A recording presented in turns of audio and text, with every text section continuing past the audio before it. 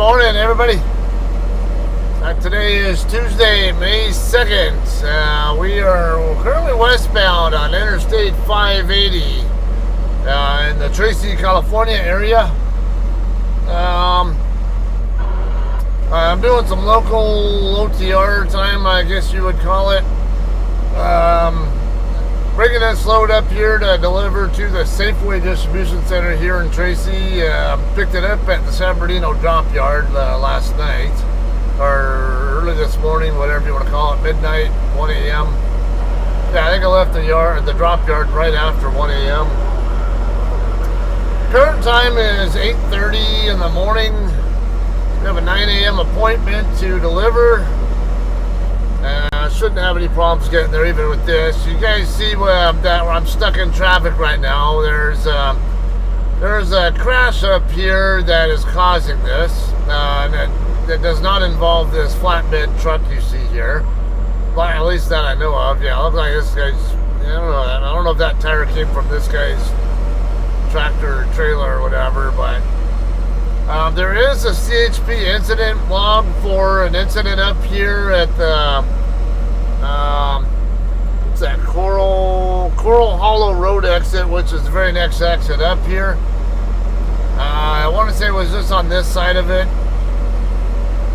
Should be a black BMW versus a white Mercedes blocking the number 1 lane, which will be the other lane. I'll find out here in a little bit here. I know when I looked at the log, I guess one of them is an electric vehicle that cannot be moved, or that can't move itself or something. I don't know. So I guess they're waiting on a tow to show up. Alright, so that said, that's what's going on here to start you off. I'll give you a little bit of information about Safeway in a little bit here, after I get past the I guess the theme of this vlog. So yeah, and I've done previous vlogs here at this Safeway before, so there's always the previous videos you can watch as well. And as a reminder, I always put bookmarks in the video description for you guys to kind of help you more quickly get to whatever parts of the video are of the most interest to you, right? So please don't be afraid to use those. Don't be, if the video looks like it's taking too long or whatever, no problem. Just skip ahead to the more interesting part to you.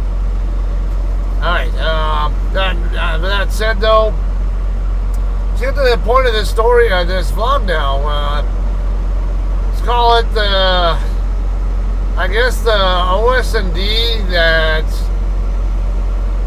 I'll just say 3 or 4 hour long OS&D issue that didn't even have rejected product. Okay, so those of you guys who are not truckers or maybe new to trucking, you might be like, what the hell's an OS&D? Alright, OS&D would be a trucking term for overages, shortages, and damage. So when you go to deliver a load, your BOL says you should have this many of this item, that many of another item, and so on and so on. And basically that's what they ordered, or maybe not necessarily what they ordered, but it's actually what got shipped, or supposedly got shipped. Are you confused yet? Alright, I hope you are, because I'm gonna have to explain this a little bit for you guys, because I'm gonna be preaching to the choir for those of you guys who are truckers, so bear with me, just skip ahead if you need be. But alright, so there's a PO number, it's a purchase order number. The customer orders a certain amount of whatever items that are sold by, or that get shipped by a particular shipper. Sometimes that's not actually what gets shipped. Maybe they are short on a certain amount of product and just kind of line out whatever. Or maybe someone at the, a loader or picker at the shipper makes a mistake and either palletizes the wrong product, or they forget to palletize something, or it ends up in the wrong trailer, or something along that line. Any of these things can happen. Generally, though, it usually is something on the shipper's end, but it's not always. Alright, well, this particular case, I had a local area delivery that I went for. Okay, kind of give you a background on the load itself. On Friday, just the other day, I was at the house. As you guys know, I had a dental appointment last week, and this week I have a medical appointment, so I kind of got to stay in the local area. Looks like we're still 12 minutes out from the customer. Yeah, it's dragging on a little bit longer here. Alright, anyway, I got asked by one of the DMs if I'd mind. Alright, look like we're not too far away. I see a chippy up here in the number 1 lane. Alright, so anyway, yeah, I got asked by a DM if I would be willing to bobtail out to from my house to Lake Havasu City, Arizona. Now, for those of you who don't know, I live in Victorville, California, which is about 80 miles from downtown LA. Going in the when you're going from LA toward Las Vegas. Yeah, I'm about 85 miles in that ballpark, northeast, I guess I would call it, from downtown LA. Alright, anyway, yeah, it was going to be 200 or just over 200 mile bobtail trip to Lake Havasu City, to the Pilot Travel Center over there. I was going to repower a load for another driver who had time off planned. Their time off was planned for the Las Vegas area. They have kind of a excursion, an off-roading excursion thing they had planned on doing. And instead of having them, they had a load going to Shafter, California, which is over by Bakersfield. Instead of having them deliver it and have to wait all the way up until Sunday, which is when it delivered, that's a good idea. Kind of helps everybody get through here a little more quickly. Alright, this, that doesn't look like a Mercedes. No, that's a BMW. That's a white BMW. And there was a black BMW and a white Mercedes, but... Alright, looked like the airbags went off.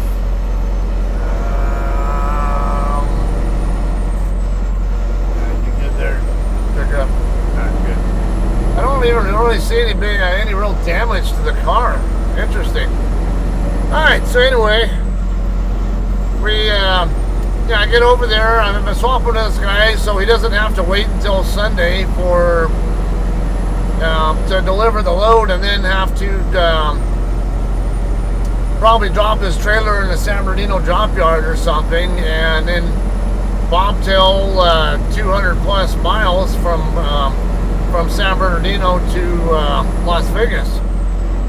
Now, whereas I wanted to get some miles in, I was sitting idle anyway, so I was like, yeah, I'm all for it. And then she had even said that, yeah, we could probably even get permission to have you drop it in the drop yard if you want, but I told her, I asked if they have anybody to cover it, that's fine. But if they don't have someone to cover the load, I don't have a problem with delivering it myself either. So, whatever helps. It's helping me get miles at least. Not much, but it was something. So yeah, I ended up going out there, meeting the guy, took the load over from him, and then brought it right back to my house. And then Sunday morning went and delivered the load. Everything went well with getting there on time, and didn't spend a lot of time there. An hour and a half or two or something like that, I don't remember. But when I was done, and I go in to get my bills back, the receiver told me that I had a shortage of 96 cases of one item, an overage of 96 cases of a different item, and 14 short on a third item. Now, overages, It really varies, depending on the customer, what actually the overage is for. Does that customer carry what the overage product is? Do they have room for it? Can they make use of it somehow? Whatever. All these questions abound with whether or not they will accept or reject that product. And I've had cases of both where, where there's an overage of a certain amount of something, but it's something that the customer doesn't even carry at all. So they reject the product, and I have to find I have to sit and wait for an alternate vendor to be found to deliver the overage product to. This particular case, though, the Walmart load, is where it was, what it was. It had originated, it was a Smithfield pork load and originated in Olathe, Kansas. Now, in this case, the 96 cases, the overage was on an item that they already had on their PO for a certain amount, but they got 96 more than they were supposed to get. So what it really boiled down to was the shipper, a loader, whoever handled the loading of that trailer, put 96 of the cases of the wrong type of product on there instead of the right one, whatever. But both the product were there. So, and that confused our OS&D person at JCT as well on the weekend. And she ended up having to call me up to verify, to double check what she was really dealing with. On top of that, now it was a weekend, and I don't know, maybe she's not as proficient or something, or there's another thing that goes on here that you might not understand is when an OS&D claim gets filed like that, the carrier, in my case JCT, they have to play email tag with the shipper and the receiver pretty much, mainly the shipper, but there's a whole kind of back and forth communication process that goes on there. And so ultimately what happens is once the OS&D is reported and they know what exactly is going on, then they'll email the shipper and let them know, hey, we got this OS&D issue here. Kind of, what do you want to do about it? Sometimes they'll just go ahead and recut the BOL, or whatever. Well, not with me, but they'll change it electronically and deal with it on their own end, and just re-invoice the customer for whatever the proper amount should have been. Anything between the carrier, the shipper, and the receiver, that's something that gets dealt with between all of them. Or it could be that they might be told to go ahead and put the product back in the trailer, and we're going to deliver it somewhere else. But for this kind of situation where it's an overage but the customer still accepts the product, it's highly unlikely that they're going to be told to put the product back in the trailer. It can happen, but it's not likely. So either way, there's still that off chance possibility, so I kind of have to hang around in the area. I had pulled away from the dock door just a few feet so I can double check, and I did verify that the trailer was indeed empty. And when I ended up going ahead and leaving the property, but stayed nearby, just a block away, because usually when you have an OS&D claim, you ideally want to either stay in the dock door or stay somewhere on the property until the issue is resolved. If the customer won't let you stay on the property, then you need to stay in the nearby area just in case, because they might send you back to the customer to dock back in and take care of whatever needs to be taken care of. Alright, anyway, I sat for over an hour a block away from the customer and never got resolution. I'm like, this isn't likely I'm going to dock back in anyway, so let's do this. I had a pre-plan to grab another load out of the drop yard, so I was going to go home and do another 10 plus hour break at my house. It's International Parkway, by the way. We're going to make a right turn here. I'm going to have to hurry up through this, but let's see. Yeah, we're good. Alright, so I ended up going ahead and running out to the Flying J in Tehachapi and waited there, and I sat for over an hour again there waiting for some kind of resolution. This is getting kind of old, and it's not like I have rejected product. This is just a freaking overage that the customer kept. I've never had an overage like that where I didn't, usually on the weekdays, I usually get an OS&D number immediately on that kind of thing. It's, all right, you're good to go. We'll take care of it. You go ahead and send your empty call. So that's how normally tends to work out. I can't say there's anything done wrong or not proficiently, whatever, by the OS&D person on the weekend at JCT, because I don't know what all went on with that whole process on her end, but there is that.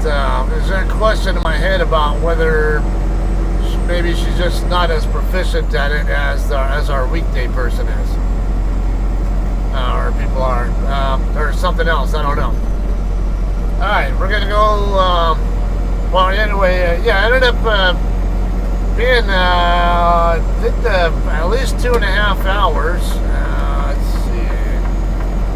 Yeah, I think I do need this lane here. Okay, we're gonna go, fuck, damn it, dude. This fucking guy has to be in a big ass hurry, right? Stupid FedEx driver, champ, whatever, out of Salt Lake City. Dude, you know my lane's ending. Why would you be that way? Why would you do that? Okay, there is a gate right here for Safeway, but this is not the way we're gonna go.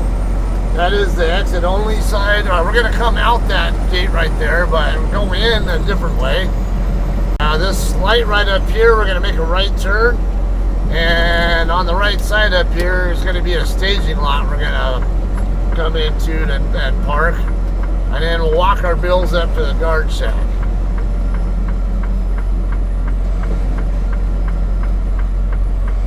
Freaking impatient people here, I swear. Not too dumb. And she's looking at her phone, or he, or can't tell. Alright.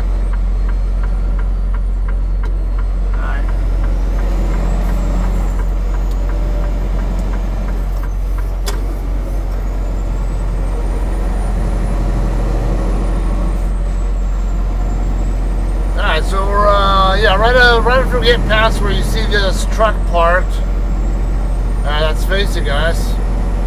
And actually, I didn't just pass the truck that's up ahead of us facing the same direction. There will be a driveway, an entrance right there.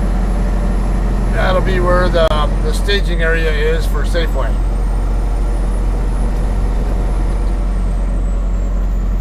Alright, anyway, yeah, I ended up taking at least a good 2.5 hours. Finally got my OS&D number, and I ended up finally running the rest of the way home on that. Alright, so right here, gonna make a right turn. Okay, you're gonna see these slanted spots. You can park 2 deep in these slots. So just pick a spot and go to the forward end of whatever spot you're in.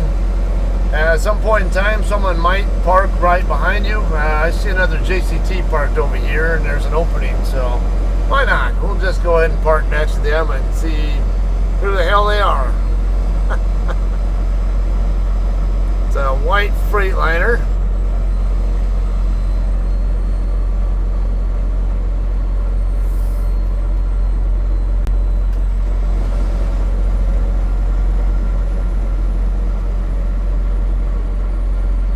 L4575. The number sounds vaguely familiar, but I don't think I know them. I think they have a CB and a bunch of shit on their passenger seat.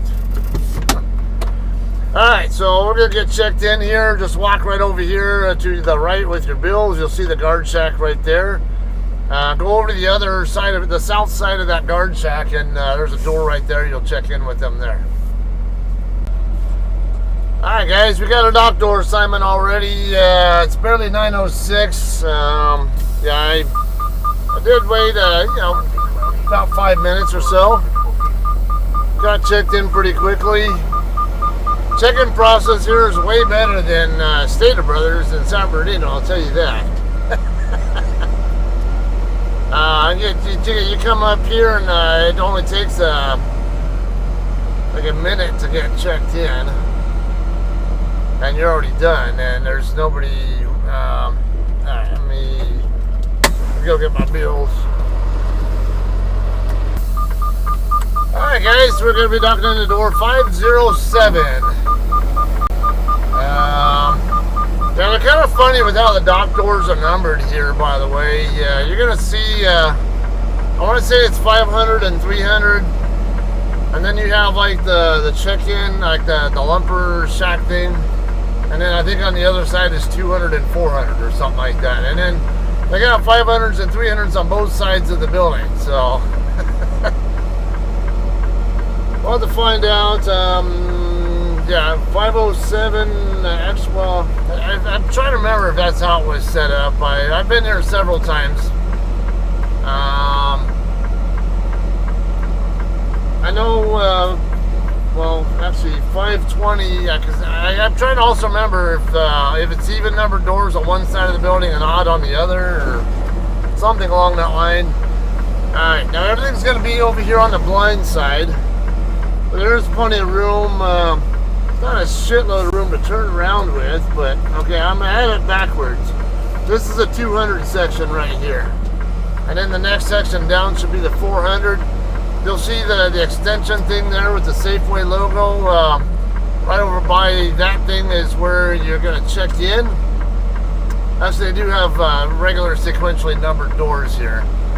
500 should be down, might be over where that other JCT driver is docking in now. I want to say it might be a little further down though. He might be docking into the 300 lane. Now, I tend to do a U-turn style setup. Now, this is the 400 section here. Yeah, I tend to do a U-turn style setup to back into my door.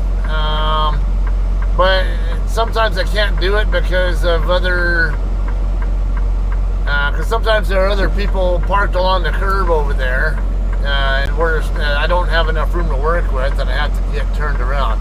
Alright, yeah, 507 is going to be really close to where the other JCT's at. Let me get my doors open while I'm waiting on him anyway. He looks familiar. I'm pretty sure. Yeah, I know his name. I have it on my...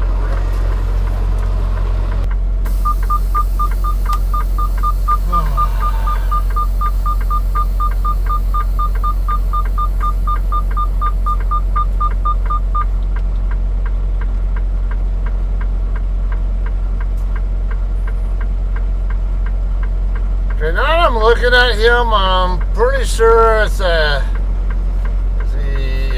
I would say he's not docked in all the way yet. Yeah, I believe I'm going to be docking in right next to him. We'll be right next to him on the passenger side.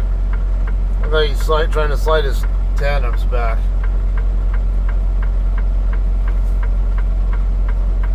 Yeah, but so what I'm thinking is, I don't get along with him the greatest. I did a repower with him, I think at our drop yard or something, and like everybody else who's not from California, he pronounces Jurupa Valley. And yeah, he got a little snide with me when I explained to him how to properly pronounce it. Alright, yeah, I might be a little bit on the tight side here.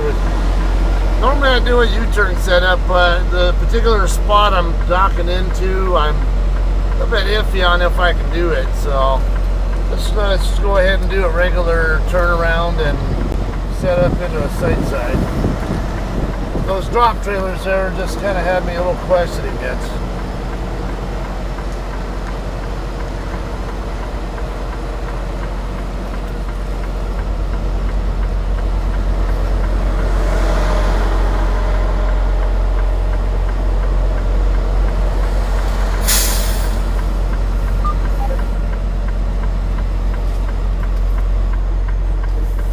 It's like, you know, I find it usually hilarious the way people pronounce Jurupa Valley.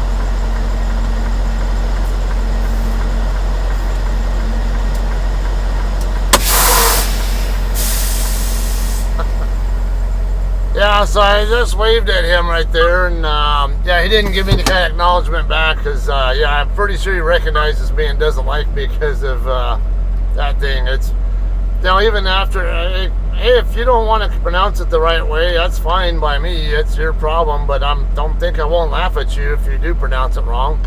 I mean, California, our cities are almost all Spanish named, and let's put a little bit of thought into this. The first name, Jose. How do you pronounce that? Do you pronounce that Jose, or do you pronounce it Jose or Jose or whatever? No, you pronounce it Jose. Okay, so it doesn't take rocket scientists to figure out when you hear a Spanish speaker pronouncing a Spanish word with the letter J, they don't pronounce it J like Americans do. They pronounce it H, like an H sound. So, yeah, they say don't worry about it, not a big deal, but yeah, the guy got like, got condescending, whatever. I remember, like, yeah, I was about ready to turn down the repower there just because he had a fucking attitude with me, so, you know, like, it's just whatever kind of thing. And then later on, he actually pronounces it Jurupa Valley again just to piss me off. I'm like, not you're pissing me off, but now I see where we stand with each other, and alright, I don't care. I ain't talking to your ass anymore. I'm gonna talk some shit about you though. I don't really care. Alright, I'm gonna get checked in, and we'll get out of here. So, yeah, check in at 5:20.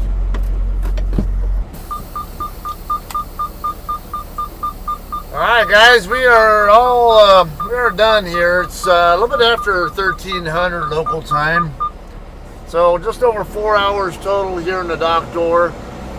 Truth be told though, they called me around I think it was 11:14 or whatever time originally, to tell me the lumper amount, but I think I was asleep, and let's see, this person's getting ready to do an alley dock, it looks like.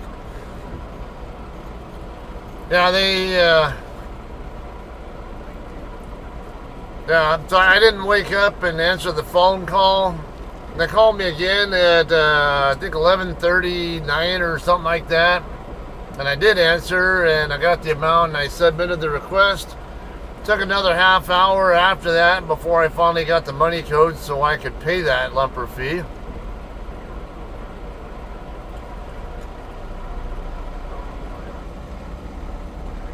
This guy is not a very experienced backer, I take it. Yes. Yeah, they look like they're not really sure what they want to do. So I'd say probably not a very experienced driver.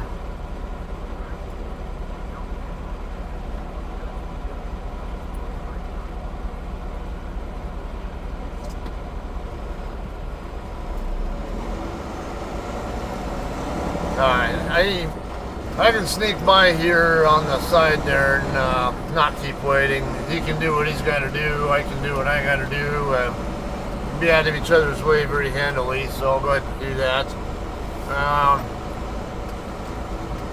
Alright, get that. I got it in auto squelch mode. I shouldn't be hearing that. Or maybe it's maybe picking someone's transmission up, but they're too far away for it to actually be intelligible. Alright, so yeah, it took over half an hour to get my money code in from dispatch. It normally doesn't take that long. My dispatcher said that she had some kind of an emergency to handle that kind of took up her time or something. I'm not really sure. And then yeah, I went to pay the money code right away, to give her the lumper lady the money code right away, and it took yeah, there's a car coming back there, so you definitely got to watch for that, because they actually have the right of way when you come through that thing there. Okay, we're gonna make a right turn here, just like the sign there you see right there on the fence in front of us. We'll make the right turn here, and then we'll make a left up here by where this Safeway drop trailer is. and then go straight down the lane, and that'll take us right to that other gate that I was talking about earlier in the video. Alright, so the biggest delays, contributors to the delays here, I think were one, they didn't start unloading me immediately after I docked in, or yeah, I wouldn't say it was an incredibly long time before they started unloading me, but yeah, it wasn't right away either.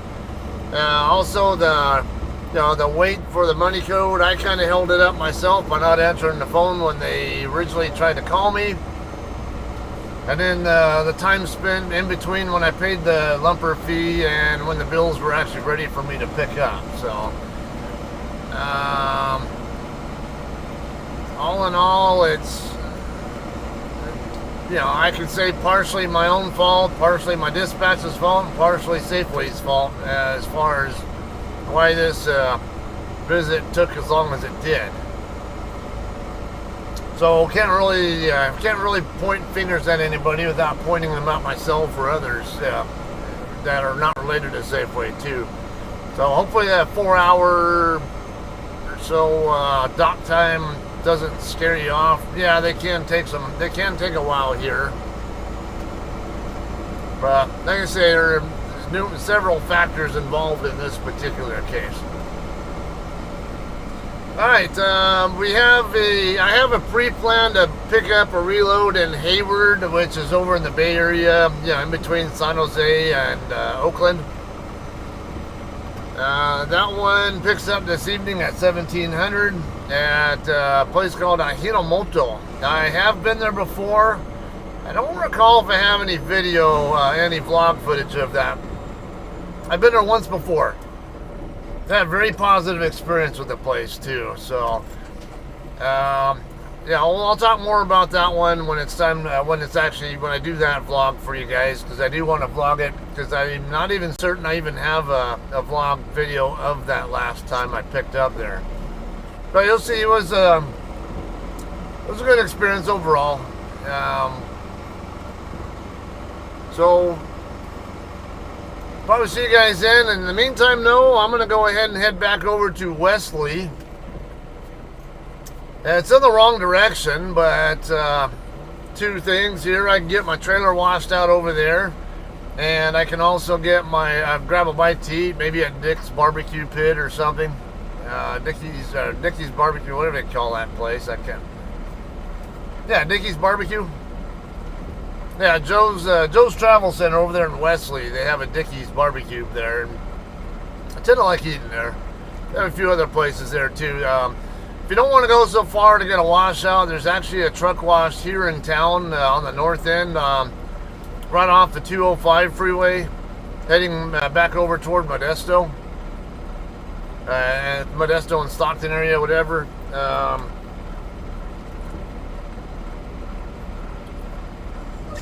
Let's see. Yeah, and actually with this weather here, it'd probably be a better time to do it here because